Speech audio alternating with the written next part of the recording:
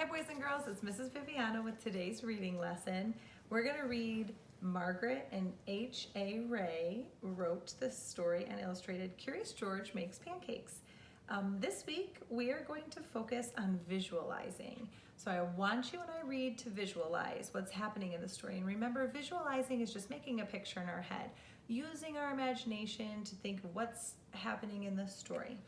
We're also going to be talking about trying your best and working hard this week. So see if you can make any connections to Curious George trying his best or working really hard. Maybe it's the man in the yellow hat. But let's read Curious George Makes Pancakes. This is George. George was a good little monkey and always very curious. One morning, the man with the yellow hat woke George early. "Time to get up, George," he said. "The pancake breakfast is today." George loved the pancake breakfast. It was a fundraiser held every year to make money for special programs at the Children's Hospital. Besides eating pancakes, there were all kinds of games to play. Even the mayor came to play and eat, but first he gave a welcome speech. "Thank you all for coming," the mayor said. "We appreciate your generous support." He thanked all the volunteers who were helping that day. And finally he said, "Please enjoy yourselves and the pancakes." Now I can visualize how all of the people might feel that he's talking to. All of those volunteers that he's thanking, I can see smiling faces and happy people because they're getting recognized. I can also imagine that a lot of people there are hungry and excited his speech is over so they can go eat. What did you guys visualize? Okay. When the mayor finished, the man with the yellow hat said, "George, I'm gonna buy our tickets. Please wait here and don't be too curious." George waited like a good little monkey. But something smelled good. Could it be the pancakes? George was curious. He followed the delicious smells and found a whole griddle full of pancakes. George watched as a man poured little batter circles and flipped them up into the air. It looked like fun to make pancakes. George wanted to help. On the table near the griddle was a basket full of blueberries. These pancakes need blueberries, George thought, and he sprinkled some on top.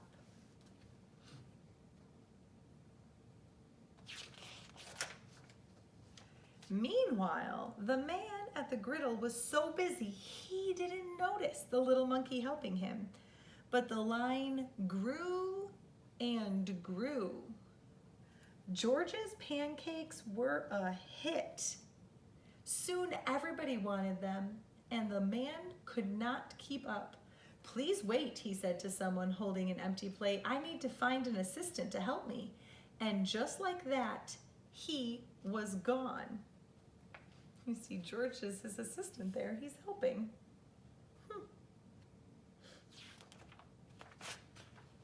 George looked at the people waiting in line and then at the empty griddle.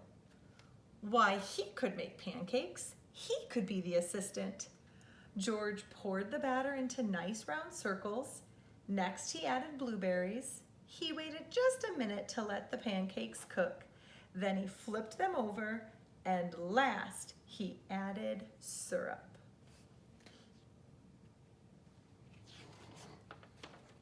The line for pancakes was enormous, but with 4 hands, George made quite a chef, and no one's plate was empty for long. Oh, goodness, you see that?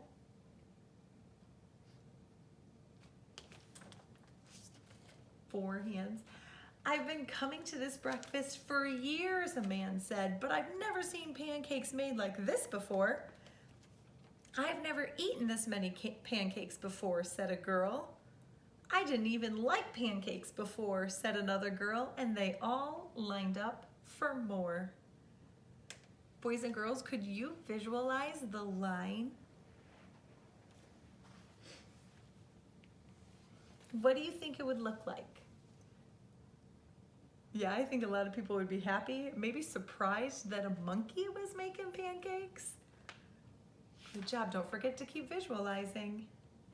When the man returned with his new assistant, he's back, he was shocked to see a monkey making pancakes.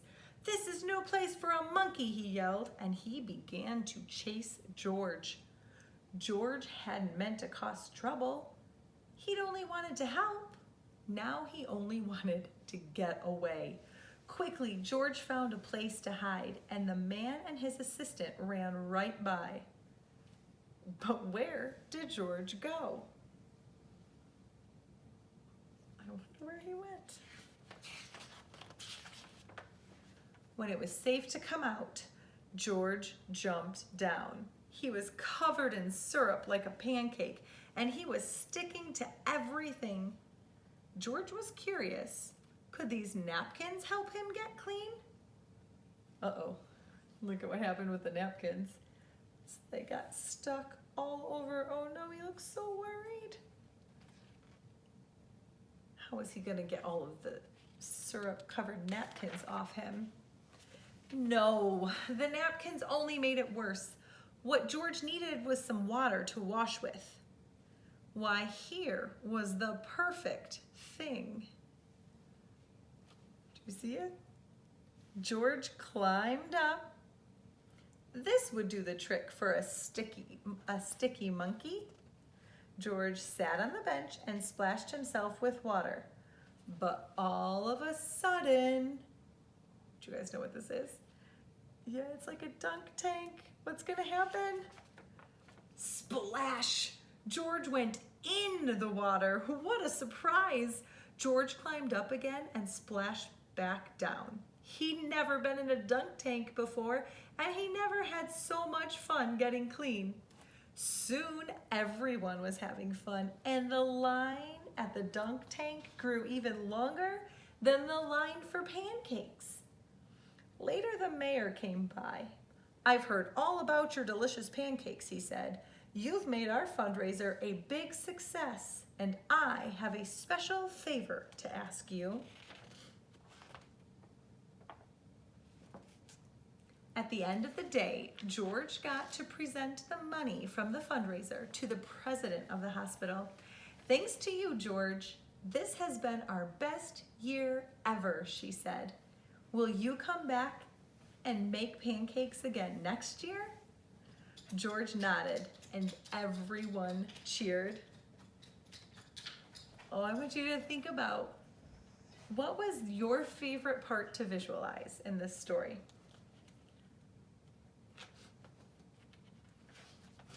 The napkins getting stuck to Curious George? That was fun. I could do that.